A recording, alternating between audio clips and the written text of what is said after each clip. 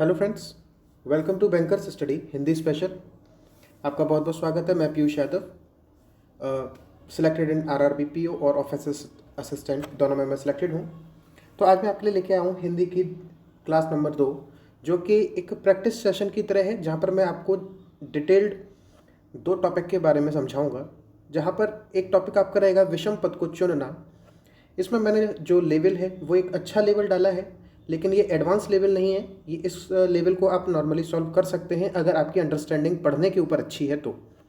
और उसके अलावा अगर हम लोग बात करें तो जो हमारा दूसरा टॉपिक है वो है वाक्य त्रुटि खोजना, यानी कि आपको एरर बतानी है कि कौन से वाक्य में एरर है। अब आपको ये इस तरह से भी देखने के लिए मिल सकती है, या फिर ये आपको इस तरह से देखने के लिए मिल सकती है, आपके सामने पूरा एक सेंटेंस रहेगा, वो इस तरह से लिखा हुआ होगा, फिर आपको बताना होगा कि कहाँ पर गलती है, ए बी सी या फिर डी में, और ई आपका रहेगा कि ये वाक्य त्रुटि रहित है।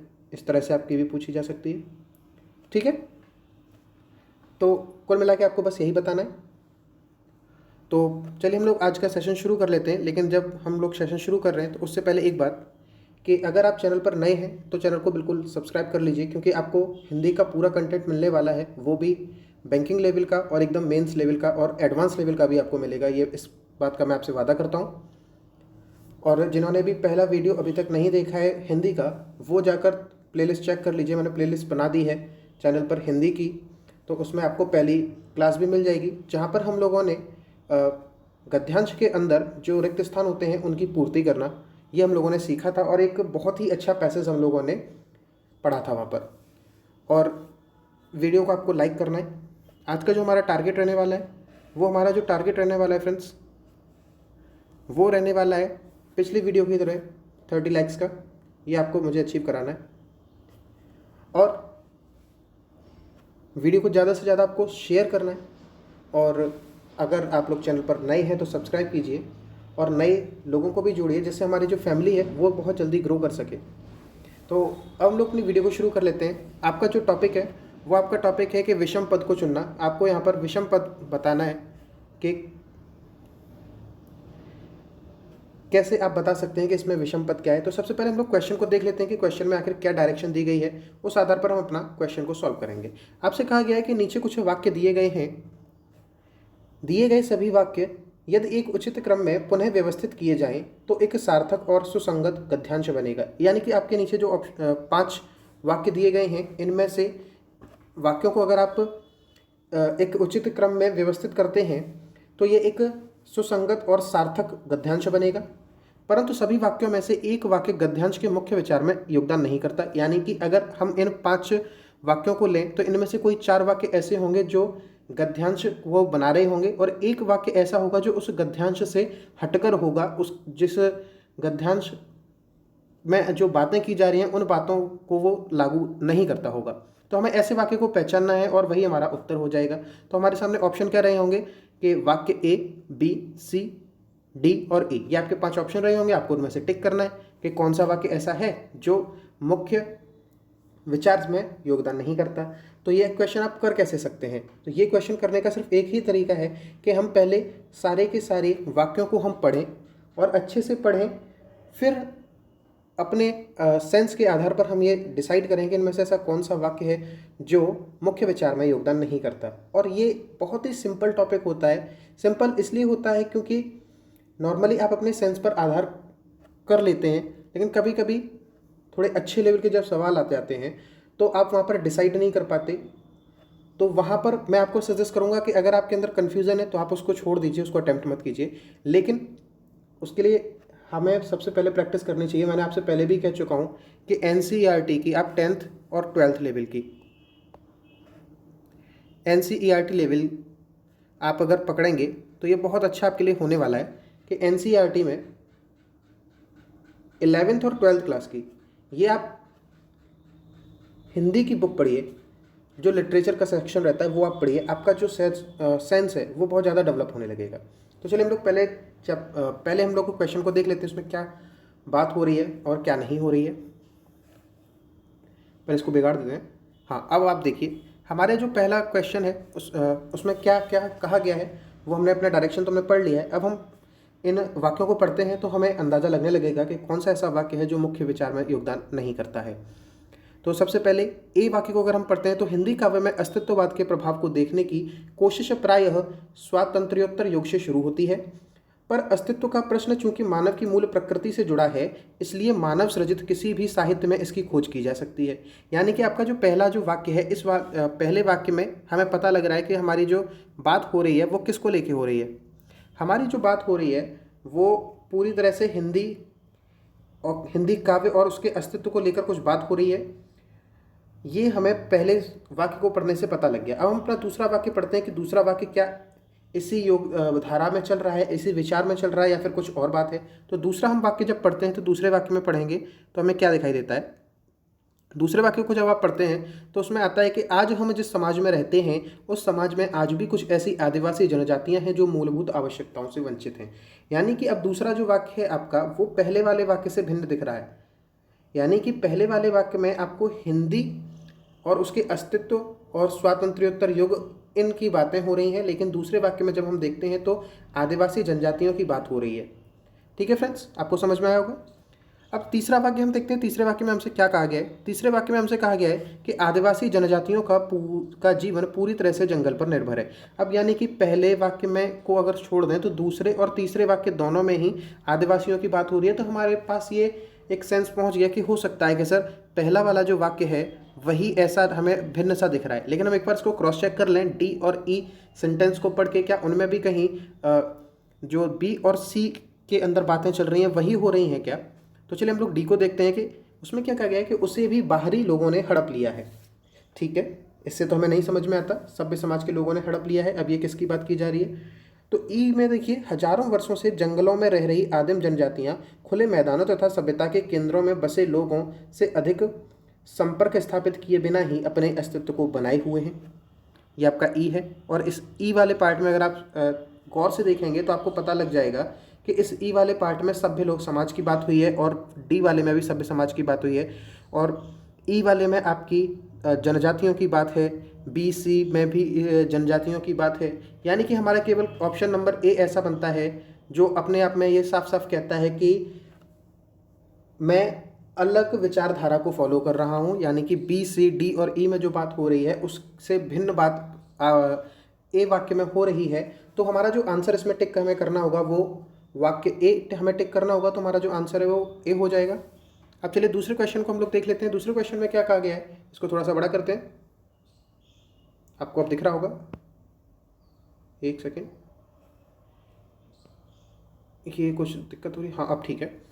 अब आप देखिए इसमें आपसे क्या कहा गया है। डायरेक्शन तो सेम है, हम डायरेक्ट अपने वाक्यों को पढ़ना शुरू करते हैं। पहले वाक्य में कहा गया है 21वीं सदी में सारे विश्व में नारी शक्ति के अभूतपूर्व जागरण की शुरुआत हो चुकी है। यानी कि 21वीं सदी की बात हो रही है, नारी शक्ति की बात हो रही है। इसके बारे में ए में बताया गया है। बी में कहा गया है कि आज की स्त्री की नियति को रोक पाना किसी संस्था अथवा समाज के बूते की बात नहीं है। बी में भी लगभग स्त्री और उसकी शक्ति की ही बात हो रही है, क्योंकि अगर किसी स्त्री की नियति को रोक पाना किसी संस्था या समाज के बूते की बात नहीं है, अर्थात हमें ये पता लगता है कि स्त्री की जो नियति है वो बहुत ज़्यादा कमज़ोर नहीं है, वो बहुत ज़्यादा पावरफुल है। और ए में भी नारी शक्ति की ही बात हो रही है। सी में है कि भिन्नता इतनी है कि हिंदू धर्म को छोड़ अन्य धर्म वाले अपनी धार्मिक भाषा में गीत गाते हैं, जैसे मुसलमान मरसिया शोकगीत उर्दू भाषा में गाते हैं, अतएव हिंदी बोलियों के लोकगीत हिंदू धर्म वाले ही गाते हैं। तो सी वाला जो ऑप्शन है उसमें किसकी बात हो रही है, यहाँ पर गीत गाने की बात हो रही है, धार्मिक भाषाओं में गीत गाने की बात हो रही है, लोकगीतों की बात हो रही है। यानी कि लोकगीत और धर्म से रिलेटेड कोई बात चल रही है। जबकि ए और बी में हमारी जो बातें थी वो स्त्री और उसकी शक्ति पर आधारित थी। अब डी में अगर मैं देखता हूँ तो पुरुष के द्वारा नारी का चरित्र अधिक आदर्श बन सकता है, परंतु सत्य नहीं है। तो पुरुष के द्वारा नारी का चरित्र, अब देखिए नारी का जो चरित्र है यहाँ भी नारी की बात हुई है, यहाँ स्त्री की बात हुई है, नारी की बात हुई है, और चरित्र के आधार पर अगर नारी का चरित्र अधिक आदर्श बन गया तो उसकी जो शक्ति है वो और भी ज़्यादा बढ़ जाएगी। ये हमें सेंस डेवलप करना पड़ेगा, तभी आप इस पर पहुँच सकते हैं। और जब हम ई वाक्य को पढ़ते हैं तो इसमें क्या बात की जा रही है कि नारी अपने जीवन का जैसा सजीव चित्र दे सकती है वैसा पुरुष साधना के उपरांत ही शायद ही दे सके। तो यहाँ पर भी नारी को श्रेष्ठ दिखाया जा रहा है पुरुष से, यानी यहाँ भी नारी शक्ति की ही बात हो रही है। तो यहाँ पर हमारा जो आंसर है वो हमें साफ साफ दिख रहा है कि ऑप्शन सी में ही अलग विचारधारा की बात हो रही है। होप आप इसमें आपको कोई भी कन्फ्यूज़न नहीं हो रही होगी। तो चलिए हम लोग आ जाते हैं थर्ड पे। थर्ड में आपसे क्या कहा गया है, थर्ड में आपसे क्या कहा गया है वो चलिए देख लेते हैं। थर्ड में आपसे कहा गया है कि भारत एक बहुभाषी, बहुधर्मी तथा बहुसांस्कृतिक देश है। भारत की विशेषताओं के बारे में बताया जा रहा है। बी में आ जाइए, जहां अनेकों आदिवासी जनजातियां पाई जाती हैं। भारत की जनसंख्या में लगभग 60% आदिवासी हैं। यहाँ पर भारत की जनसंख्या की बात हो रही है और उसमें भी आदिवासी जनजातियों की बात हो रही है।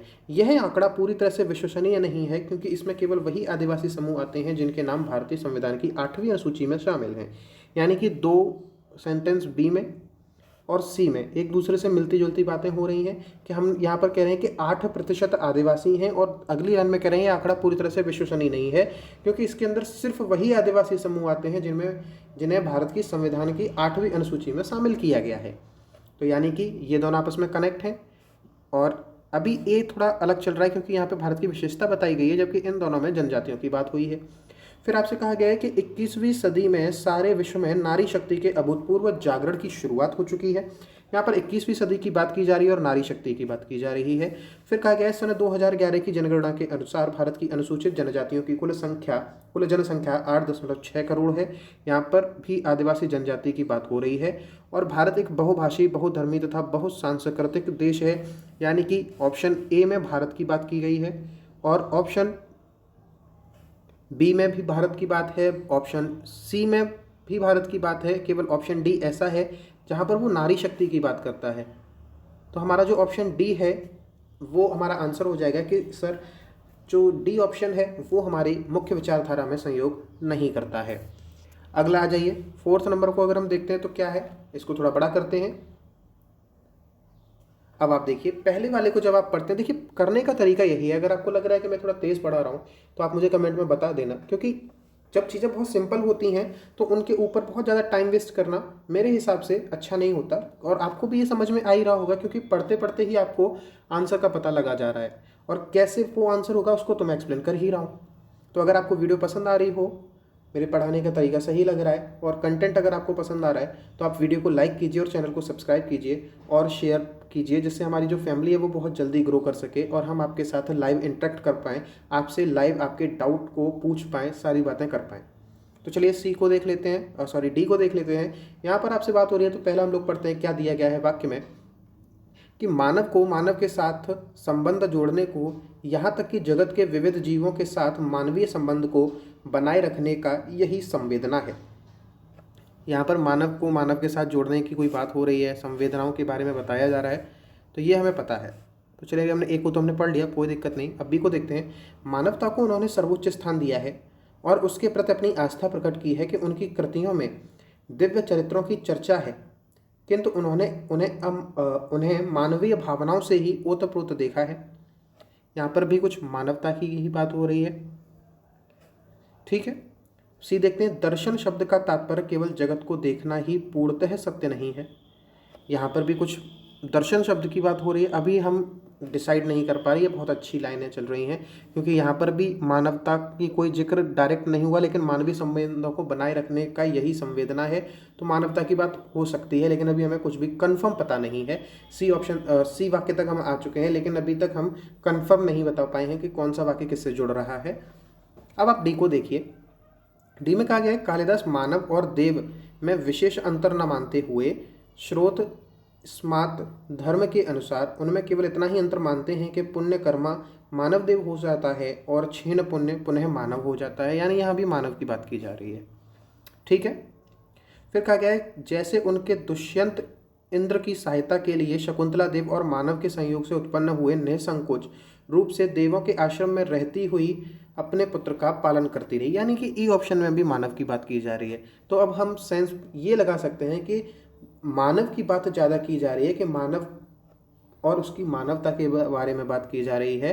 तो ए में भी मानव की बात की गई है, बी में भी मानव की बात की गई है, डी में भी मानवता की बात की गई है और ई में भी मानव की बात की गई है। तो ऑप्शन हमारा जो सी है वही हमारा आंसर हो जाएगा, क्योंकि इस ऑप्शन के अंदर आपको किसी भी तरह से मानव की बात देखने को नहीं मिलती है। तो चलिए हम लोग अपने 5वें क्वेश्चन पर आ जाते हैं। इसमें क्या कहा गया है, इसमें आपसे कहा गया है कि आपको वही फिर से मुख्य विचार में जो योगदान नहीं करता उस वाक्य को आपको छांटना है, यानी कि अभी तक जो हम करते आ रहे हैं उसी की बात की जा रही है। तो चलिए इसे भी हम लोग देख लेते हैं। मैंने आपको सॉल्व करने का तरीका तो बता ही दिया है, क्योंकि इसमें कोई ट्रिक आप नहीं लगा सकते। आप सेंटेंसेस को पढ़ के ही, वाक्यों को पढ़ के ही इस निष्कर्ष पर पहुंच सकते हैं कि कौन सा वाक्य योगदान कर रहा है या नहीं कर रहा है मुख्य विचार से। वो केवल पढ़ने से ही होगा, और पढ़ने से ये चीज़ें कब आपको पता लगेंगी, वो सिर्फ और सिर्फ तब आपको पता लग सकती हैं जब आपने प्रैक्टिस अच्छी खासी की हो, आपने अच्छी तरह से जो मैंने आपको बताया एनसीईआरटी का वो आपने पढ़े हैं। आप एक बार एनसीईआरटी का 11th क्लास का जो उपन्यास वगैरह जो लिखे हुए हैं और जो चैप्टर्स में हैं आपके में, एक बार वो पढ़ के देखिए, आपको अंदर से वो फील आने लगेगा कि हाँ, हमें हिंदी की जानकारी हो रही है, हमें हिंदी भाषा की जानकारी हो रही है। तो ए में क्या कहा गया है? ए में आपसे कहा गया है व्यक्ति सत्य से लेकर विश्व सत्य तक इसकी सीमा में आता है।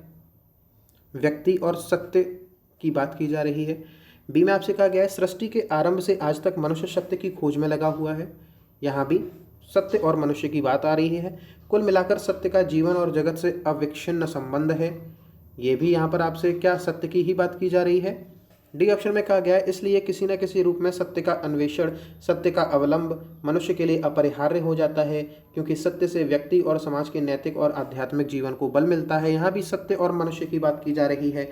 फिर कहा गया है शिव प्रसाद सिंह के उपन्यास नीला चांद को साहित्य अकादमी पुरस्कार से नवाजे जाने के बाद उनका व्यास सम्मान से अलंकृत होना एक महत्वपूर्ण घटना सिद्ध हुई, क्योंकि यह आधुनिकता और प्रगतिशीलता दोनों की दृष्टिकोण से महत्वपूर्ण है। यानी कि ई जो आपका वाक्य है उसमें शिव प्रसाद के उपन्यास नीला चांद को साहित्य अकादमी पुरस्कार मिला और व्यास सम्मान मिला, इसके बारे में बात की गई है। यानी कि यही ऐसा है, यहाँ पर हमारा आंसर हो जाएगा ई, कि ई अकेला ऐसा वाक्य है जो मुख्य विचार में सहयोग नहीं करता है। तो आपको ये पांचों के पांचों जो वाक्य थे, जो क्वेश्चंस थे, वो बहुत अच्छे से समझ में आ गए होंगे। अगर आपको ऐसा लगता है कि कहीं भी थोड़ा सा कन्फ्यूज़न रह रहा है, तो ऐसा नहीं है कि मैंने आपको ये वाला क्वेश्चन अगर करा दिया इसके बाद आपको अब मैं आगे कराऊंगा ही नहीं। अभी मैं आपके लिए बहुत सारे प्रैक्टिस सेशन लेके आने वाला हूँ। आपका जो मेन एग्जाम है शायद अक्टूबर में है और अभी हमारा चल रहा है मार्च। तो आप खुद सोच लीजिए लगभग 6 महीने हैं, और इन 6 महीनों में कम से कम आपकी 100 से 150 क्लास हो सकती हैं आराम से। 100 क्लास के आसपास तो हो जाएंगी, 100 क्लास के आसपास तो आपकी हिंदी की हो जाएंगी। और आप खुद सोचिए एक अच्छा कंटेंट आपको 100 क्लासों के अंदर मिलेगा, कितनी प्रैक्टिस आपकी हो जाएगी। ठीक है, तो अगर आपको ये सब चाहिए तो आपको मुझे सहयोग करना पड़ेगा, क्योंकि मैं आपको कभी तभी इतना अच्छा कंटेंट दे सकता हूँ जब मैं मोटिवेटेड रहूँ, क्योंकि आपकी तरफ से जितने अच्छे रिस्पॉन्सेज आएंगे तो मुझे भी अच्छा लगता है फिर पढ़ाने में। लेकिन अगर आपके रिस्पॉन्स ना आए तो फिर वो मन नहीं करता उस तरह से पढ़ाने के लिए। ठीक है, तो आपको पता ही है कि आपको क्या करना है। तो अब आ जाइए हम अगले प्रश्न की तरफ आ जाते हैं, जहाँ पर आपको वाक्यों में त्रुटि खोजना है। और चैप्टर शुरू करने से पहले ही मैंने आपको बता दिया था कि ये आपको क्वेश्चन इस तरह से भी दिख सकता है। ये जो चैप्टर है वो आपको इस तरह क्वेश्चंस हैं वो इस रूप में भी देख सकते हैं। अदरवाइज आपको एक सेंटेंस दे दिया जाएगा, उसमें आपको बताना पड़ेगा कि कौन से भाग में त्रुटि है। ठीक है, आपको त्रुटि रहित बताना है, तो आपका अपना ई ऑप्शन हमेशा मान के चलिए त्रुटि रहित होगा, त्रुटि रहित। ठीक है, ये आप हमेशा अपना ऑप्शन मान के चलना कि आपका जो 5वां ऑप्शन होगा वो त्रुटि रहित का होगा। तो चलिए देख लेते हैं। पहले में कहा गया है भारत और दक्षिण कोरिया के बीच, यानी कि यहाँ पर तो कोई भी गलती नहीं है, पहला वाक्य हमारा सही है। मजबूत व्यापारिक और आर्थिक संबंध के, क्या आपको यहाँ पर कोई गलती लगती है? चलिए अब मैं आपको वो डिफाइन करूँगा। फिर सी में चलते हैं। संबंध के अलावा गतिशील रक्षा संबंधों को भी समान महत्व दिया जा रहा है। अलावा गतिशील रक्षा संबंधों, ये इसमें कोई गलती नहीं है, बिल्कुल ठीक है। को भी समान महत्व दिया जा रहा है, ये भी सही है। अब बी में अगर कोई गलती है तो कहाँ पर है, हमें ये जानना जरूरी है। तो यहाँ पर बात किसकी की जा रही है? मजबूत व्यापारिक और आर्थिक।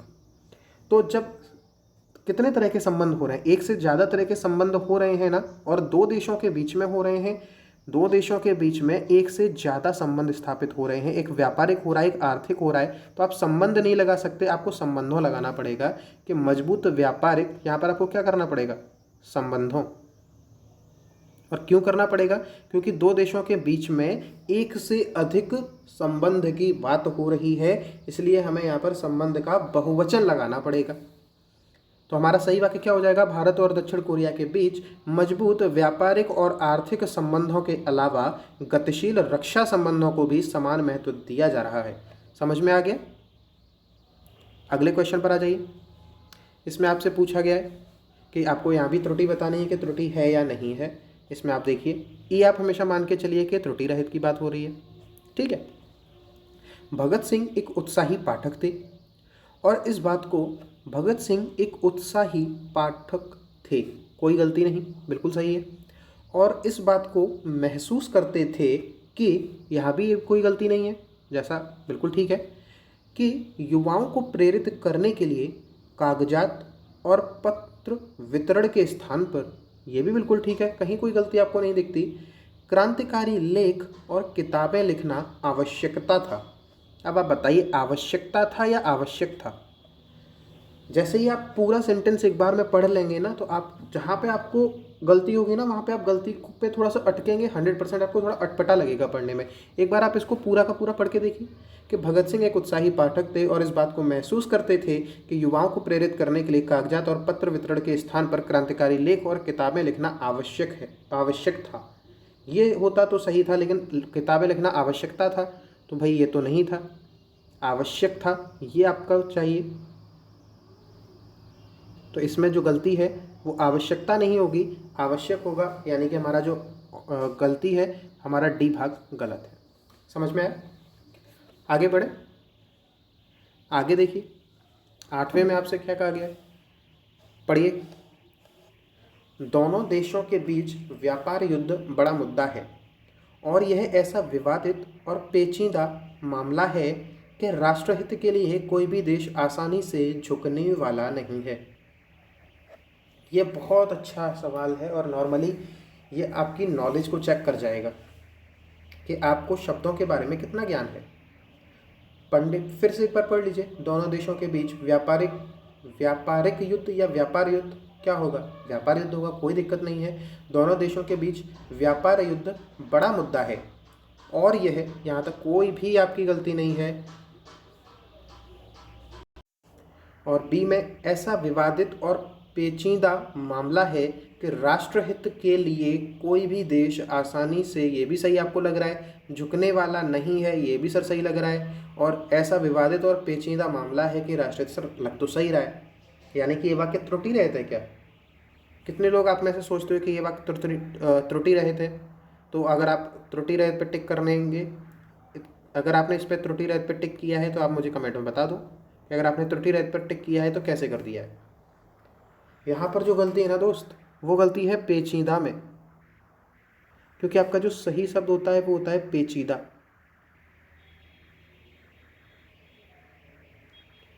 आपको क्या लगता है कि वहाँ पे आपको इतना सिंपल सा वर्ड दे दिया जाएगा? भाई मेंस देने जा रहे हो तो एक बहुत ही अच्छा वर्ड आपको दिया जाएगा जो आप नॉर्मली पकड़ ही ना पाएँ। बहुत से लोग होंगे उन्हें पता ही नहीं होगा कि सर पेचीदा होता है कि पेचीदा होता है। भैया पेचीदा वर्ड होता है, पेचीदा कोई वर्ड ही नहीं होता। ठीक है, इस बात को समझ गए? तो हमारा जो बी है वो गलत है। ये मेंस लेवल का बहुत अच्छा कंटेंट मैंने आपको दिया है। अब यहाँ पर मैं आपको ऐसी एरर तो नहीं करा रहा कि सर विवादित को मैं दिवादित लिख दूँ, कि इतना आसान से आपको मिल जाए। मेंस ऐसे ही आता है कि वहाँ पे आपको ढूंढना पड़ता है, आपको अपनी पूरी नॉलेज दिखानी पड़ती है। जितने लोगों ने भी मेंस दिया वो जानते हैं कि त्रुटि खोजना कितना मुश्किल पड़ जाता है वहाँ पर। तो चलिए 9वें क्वेश्चन पर आ जाइए। 9वें क्वेश्चन में क्या बात की जा रही है? 9वें क्वेश्चन में बात की जा रही है हमसे कि किसी संक्रामक बीमारी के विरोध प्रतिरोधात्मक क्षमता विकसित करने के लिए जो दवा, ड्रॉप्स, इंजेक्शन या अन्य किसी रूप में दी जाती है उसे टीका कहते हैं। अब सबसे पहले, किसी संक्रामक बीमारी के विरोध प्रतिरोधात्मक क्षमता विकसित करने के लिए, किसी बीमारी का विरोध में दोगे या विरुद्ध? आपके अंदर जो एंटीबॉडी डेवलप होंगी वो किसी बीमारी के विरोध में डेवलप होंगी दोस्त, या उस बीमारी के विरुद्ध में डेवलप होंगी? ये बताइए आप। आपकी यहीं पर नॉलेज पूरी चेक हो जाएगी कि बीमारी, अभी कितना हमारा कोरोना वायरस चला था तो हमने ये सुना था कि हमारी जो शरीर है वो एंटीबॉडीज़ तैयार कर लेता है कोरोना वायरस के विरोध में या कोरोना वायरस के विरुद्ध। बस यहीं पर आप समझ जाएंगे। बिल्कुल बिल्कुल, तो हमारा जो आंसर हो जाएगा वो क्या हो जाएगा, ये हमारा गलत हो जाएगा। ये बाकी तीनों वाक्य हमारे सही हैं और जो गलती है वो विरोध नहीं होगा, विरुद्ध होगा। ठीक है, समझ गए ना? किसी के विरुद्ध में आपकी प्रतिरोधात्मक क्षमता विकसित होगी। बहुत अच्छे सवाल मैं आपको करा रहा हूँ, बहुत अच्छे सवाल जो नॉर्मली आपको देखने के लिए ऐसा कंटेंट बिल्कुल नहीं मिलता है। और मैंने ये बिल्कुल सारे के सारे जो क्वेश्चन है ना वो मेंस लेवल के ही रखे हैं। मैं जानता हूँ कि मैं कितनी मेहनत कर रहा हूँ आपके लिए, तो आपका भी ये फ़र्ज़ बनता है कि आप वीडियो को लाइक कीजिए। और हमने 30 लाइक्स का हमने टारगेट रखा है, तो आप इस बार 300 लाइक तक कर दो तो मज़ा ना आ जाए। बताइए, 30 लाइक्स का टारगेट मिले और उससे 10 गुना मुझे अगर रिस्पॉन्स मिल जाए तो सोचिए मैं कितना ज़्यादा मोटिवेट हो जाऊँगा और आपके अगले सेशन को मैं कितना और मज़ेदार और कितना अच्छा कंटेंट लाने की कोशिश करूँगा। तो ये तो आपके ऊपर है, मैं तो आपको केवल पढ़ा सकता हूँ, मैं अपनी पूरी ईमानदारी आपके साथ रखूँगा। अब आ जाइए 10 नंबर पे। ये आपका आज का आखिरी क्वेश्चन होने वाला है। इसमें आपसे क्या कहा गया है वो देख लेते हैं कि यहाँ भी आपको एरर फाइंड करनी है। ई ऑप्शन आपकी मान के चलिए कि आपका त्रुटि रहित ही है। ई में हमसे बात की जा रही है त्रुटि रहित। अब आप बताइए, पूरा सेंटेंस पढ़िए, क्या आपको कहीं पर त्रुटि लगती है या नहीं लगती है। एक बार देखते हैं। वैज्ञानिकों ने अपने परीक्षण में पाया कि यहाँ तक कोई गलती नहीं है। यह प्रायोगिक वैक्सीन 18 से 55 वर्ष की आयु, कोई दिक्कत नहीं है, वैक्सीन भी सही लिखा हुआ है, प्रायोगिक वगैरह सही लिखा हुआ है, कोई दिक्कत नहीं है। 55 वर्ष की आयु के लोगों में एक दोहरी प्रतिरक्षा, बिल्कुल ठीक है। जो लोग न्यूज़पेपर वगैरह पढ़ते होंगे तो उनके लिए तो ये बहुत सिंपल हो गया है, क्योंकि ये सारे वर्ड्स बहुत बार आते हैं न्यूज़पेपर में। मैंने आपसे कहा भी है कि न्यूज़पेपर को पढ़िए और वो संपादकीय वाला पेज पढ़िए। संपादकीय वाले पेज में ना ये जो राइटर्स होते हैं, अच्छे अच्छे जो राइटर्स होते हैं, वो अपने आर्टिकल्स को लिखते हैं। कभी व्यंग्यात्मक तौर पर लिख देते हैं, कभी बहुत ही क्लिष्ट हिंदी में लिख देते हैं, कभी सीरियस बातों पे लेके लिख देते हैं, कभी कटाक्ष करते हुए लिख देते हैं। तो आपको इन सारी चीज़ों की समझ होने लगेगी। और ये सारी चीज़ें आपकी कब हेल्प करेंगी, जब आप अपना पैसेज को सॉल्व कर रहे होंगे। जब हम अपने पैसेज को सॉल्व कर रहे होंगे तो वो पूछ लेगा कि बताओ कि इस पैसेज का जो सारांश था वो किस विचारधारा पर था, व्यंग्यात्मक था, कैसा था, इस तरह से आपको बताना पड़ेगा। फिर कि लोगों में एक दोहरी प्रतिरक्षा प्रतिक्रिया उत्पन्न करती है, प्रतिरक्षा प्रतिक्रिया उत्पन्न करती है। तो इसमें कोई गलती लग रही है क्या? वैज्ञानिकों ने अपने परीक्षण में पाया कि यह प्रायोगिक वैक्सीन 18 से 55 वर्ष की आयु के लोगों में एक दोहरी प्रतिरक्षा प्रतिक्रिया उत्पन्न करती है। अब बहुत से कह रहे होंगे सर प्रतिरक्षा आ गया तो प्रतिक्रिया मत लगाइए। क्यों सर? प्रतिरक्षा का मतलब है कि अपने आप का बचाव करना, और अपने आप का बचाव कैसे करेगा? जब जो क्रिया हो रही है उसकी प्रतिक्रिया की जाए। तो प्रतिक्रिया आपको लगाना पड़ेगा ना, कि नहीं लगाना पड़ेगा? तो यहाँ पर प्रतिक्रिया में कोई गलती नहीं है, यानी कि ये जो आपका वाक्य है वो त्रुटि रहित है। समझ गए? तो अगर आपको क्लास पसंद आई है दोस्त, तो अब आपको ये करना पड़ेगा, मेरे लिए आपको करना पड़ेगा कि आपको जो टारगेट दिया जा रहा है ना 30 लाइक्स का, मुझे बढ़ा के दे दो सर, मुझे मज़ा आ जाएगा।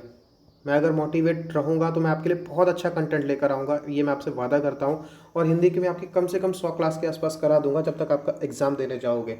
और एकदम मेंस लेवल दूंगा, एकदम हाई लेवल दूंगा। आज जो शुरुआत के 5 क्वेश्चंस थे वो पूरा मेंस लेवल था, लेकिन मैं आपसे फिर भी कह रहा हूँ कि वो मैंने अपनी तरफ से थोड़ा सा हल्का लेवल आपको दिया, क्योंकि वो चीज़ें ऐसी थी कि जहाँ पे आपको पहली बार में समझ डेवलप करानी थी, क्योंकि आप अभी शुरुआत कर रहे हैं। आपके अंदर चीज़ों का उतना सेंस नहीं है पढ़ने को लेके जितना मुझे है। तो जब भी कोई भी चीज़ हम नई सीखते हैं तो उसमें हमें थोड़ा आसान चीज़ों से हमें सीखना होता है, लेकिन वो बहुत ज़्यादा आसान भी नहीं था। उसमें से 5 में से लगभग 2 से 3 क्वेश्चन ऐसे भी थे जो बहुत अच्छे लेवल के मैंने डाल दिए थे।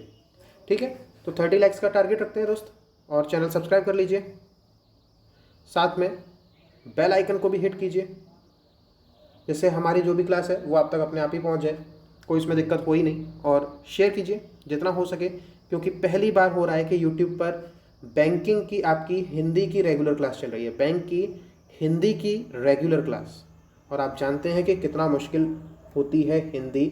जब आप बात करते हैं किसी भी इंग्लिश वाले से तो वो कहता है कि हमारी इंग्लिश तो सरल आई थी, और आप हिंदी की बात करते हैं तो आपकी हिंदी बहुत कठिन आई थी। इस बार का जो सेक्शन कट ऑफ था वो 2.25 रहा था दोस्त। तो आप समझ सकते हैं कि हिंदी का क्या लेवल रहा है इस बार। तो अभी से अपनी तैयारी जारी रखिए, अपना ख्याल रखिए, और मिलेंगे अब हम लोग अगले सेशन में। और एक अनाउंसमेंट मैं आपसे कर दूं कि हमारा जो शेड्यूल रहने वाला है ना क्लास का, वो हम लोग अपना संडे की तो हम लोग छुट्टी रखेंगे ही रखेंगे। संडे तो अपना ऑफ है रहेगा ही। संडे हम अपना ऑफ रखने वाले हैं। संडे ऑफ रहेगा। क्या हो रहा है ये? हाँ, संडे तो हम अपना ऑफ रखेंगे। संडे को कोई क्लास नहीं होगी। सैटरडे को कोई वीडियो अपलोड नहीं होगी। वीडियो अपलोड नहीं होगी। वो इसलिए नहीं होगी क्योंकि मैं आपको टाइम दूंगा कि हमने 5 दिनों में 5 दिन आपकी क्लास चलेगी, 5 डेज। 5 डेज आपकी क्लास चलेगी और इन 5 डेज़ को आपने जो भी सीखा है वो आप खुद रिवाइज करेंगे सैटरडे वाले दिन, ठीक है। और मैं आपके सामने एक वीडियो में पूरी डिटेल डिस्कस कर लूँगा कि आप अभी प्री की तैयारी करें या आप अभी मेंस की तैयारी करें। क्या हम अभी से ही मेंस की तैयारी करने बैठ जाएं, या फिर हमें करंट अफेयर कब से पढ़ना है, लास्ट में जाके करंट अफेयर पढ़ें या अभी से पढ़ना शुरू करें। उसके ऊपर मैं एक बहुत ही अच्छा सेशन लेके आऊँगा। अगर आप उसे फॉलो करेंगे तो कंप्लीट तौर पे आप ये मानिए कि आप रेस में बहुत आगे हो जाएंगे। ये मेरा खुद का एक्सपीरियंस रहा है, क्योंकि मैं आपको अभी भी बता दूं कि मैंने सिर्फ और सिर्फ 6 महीनों की तैयारी में, 6 मंथ्स की जो तैयारी थी, इसके अंदर मैंने आरआरबी, पीओ और ऑफिस असिस्टेंट, ये मैंने दोनों ही एग्ज़ाम को क्रैक किया हुआ है। और ऐसा नहीं है कि मैंने बिल्कुल थोड़े थोड़े नंबरों से किया हुआ है। मेरी जो कैटेगरी है वो ओबीसी है, और मैंने ये दोनों ही एग्ज़ाम यूआर कैटेगरी से, जो मेरी कहाँ गया, जो मेरी कैटेगरी है ना दोस्त वो ओबीसी है। क्या हो रहा है ये बार बार? चलिए मैं आपको ऐसे ही बता देता हूँ कि ये जो मेरी कैटेगरी है वो मेरी ओबीसी है, और मैंने ये दोनों ही एग्ज़ाम, पीओ का भी और ऑफिस असिस्टेंट दोनों का, मैंने अनरिजर्व्ड कैटेगरी से क्वालिफाई किया। तो आप समझ सकते हैं कि मेरे मार्क्स कितने अच्छे रहे हैं, और सिर्फ 6 महीने की तैयारी में रहे हैं। तो जो पैटर्न मैंने फॉलो किया था अपनी स्टडी का, अगर आप लोग भी करते हैं तो निश्चित तौर पर आप उस सफलता को प्राप्त कर लेंगे। तो मिलेंगे हम लोग अगली वीडियो में, तब तक के लिए गुड बाय।